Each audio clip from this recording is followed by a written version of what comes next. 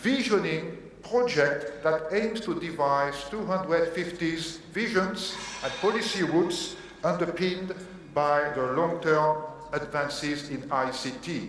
And that will not be a bureaucratic top-down approach to dictate what should be the policies and the technology, that it will be looking better.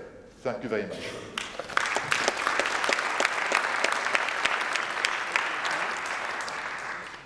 Thank you very much, Gerald.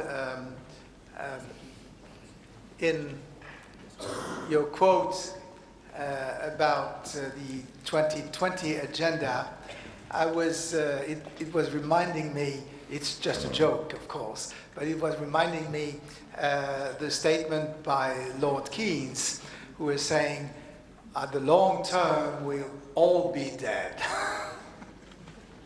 Anyway, we conclude this panel, which has been very much, maybe too much centered on the Western developed world, with the person I quoted, the ruler, if I may say so, I quoted earlier today as the only representative of the developing world. So, Dr. Fletcher, please, could you help us translate the problems and the solutions, or the potential solution we are talking about, into the development of West Africa among your numerous responsibilities? I did not yet quote the fact that you have established a panel for Africa development. That may be the place where your views could be best introduced. Thank you very much to give us your views in a few minutes also, but so dense that we will have enough time afterwards to have some discussion. Thank you.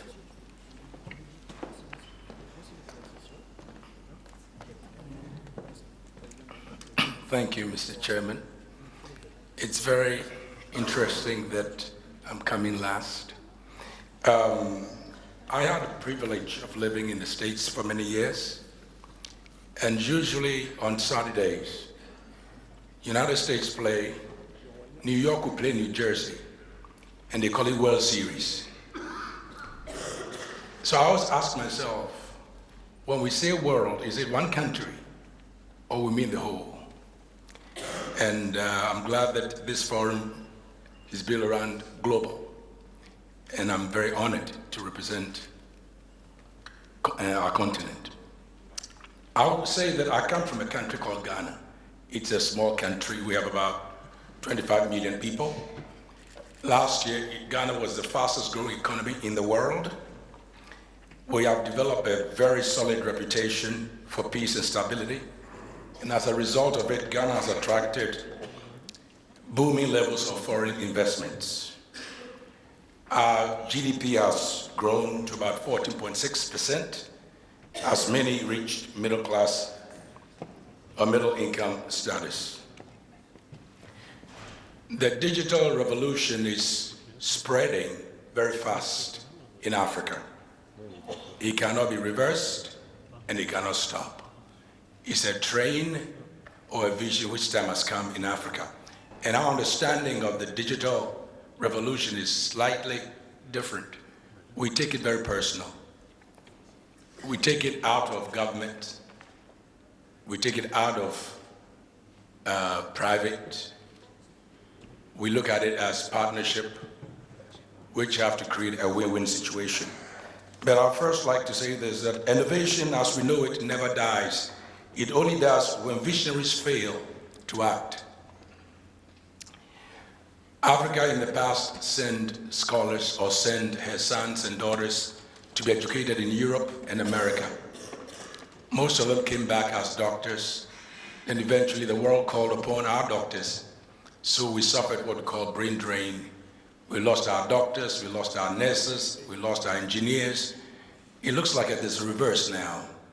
Africa is about to enter into break gain. And I, for one, who lived abroad for many years, lived in Europe, lived in America, saw the importance of going back and contributing to the continent. And out of this came a group called the African Leadership Congress, which represents about 18 million people. As we all know, Africa is very far whenever you talk about innovation. When I discuss Africa with friends in Europe or friends in Asia, all they say is it's too far. And I always remind them that innovation don't look at distance. It only determines value. We were the beneficiary, and we are the beneficiary of modern technology. This digital drive is very strong. Everyone in our part of the world is an entrepreneur. I may quickly say that Africa's population, as we know it, is about 1 billion. We have about 700 million SIM cards floating around. Each person you meet, whether educated or illiterate, has 1, 2, or 3 cell phones. And we have 2 to 4 SIM cards. We may not have constant electricity, but that situation is also changing. But at least we rely strongly and heavily on cell phones. A child uses it, adult uses it, market women uses it, doctors uses it, farmers uses it. It's everywhere. Whether you read or not, you use it. As we all know, Africa is booming, and also we know today as the last frontier. It is true. A continent of 54 countries. The second largest and most populous continent,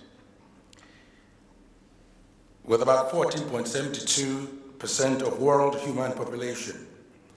It has doubled in size in 27 years, and it is set to double again from 1 billion, to 2 billion in the next 40 years. Africa is very inviting. Ghana, for one, just discovered oil.